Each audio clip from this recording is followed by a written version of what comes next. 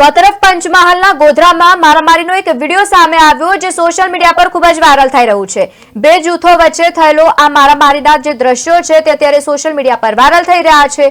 હોટલમાંથી ધુમાડો થતા સ્થાનિક લોકો પરેશાન થયા। મારામારીને લઈને 4 લોકો વિરુદ્ધ ફરિયાદ નોંધાઈ। એક ઇસમને માથાના ભાગે ગંભીર ઈજા પહોંચતા તેને સારવાર માટે હોસ્પિટલ ખસેડવામાં આવ્યો। ઘટના પંચમહાલની છે। પંચમહાલના ગોધરામાં ગ્રોંદ વિસ્તારમાં બે જૂથો વચ્ચે મારામારીના જે દ્રશ્યો સામે આવ્યા સોશિયલ મીડિયા પર વાયરલ થઈ રહ્યા છે। ચાઇનીઝ નાસ્તા હાઉસની હોટલમાંથી ધુમાડો થતા સ્થાનિક લોકોને હેરાનગતિ થતી હોવાનો મામલો ઉગ્ર બન્યો। મારામારીને લઈને ગોધરા પોલીસ મથકે 4 વિરુદ્ધ ફરિયાદ નોંધાઈ હતી। એક ઇસમને માથાના ભાગે ગંભીર ઈજા પહોંચતા તેને સારવાર માટે હોસ્પિટલ પણ ખસેડવામાં આવ્યું। પોલીસ દ્વારા સ્થળ ઉપર પહોંચી અને વધુ કાર્યવાહી હાથ ધરાઈ।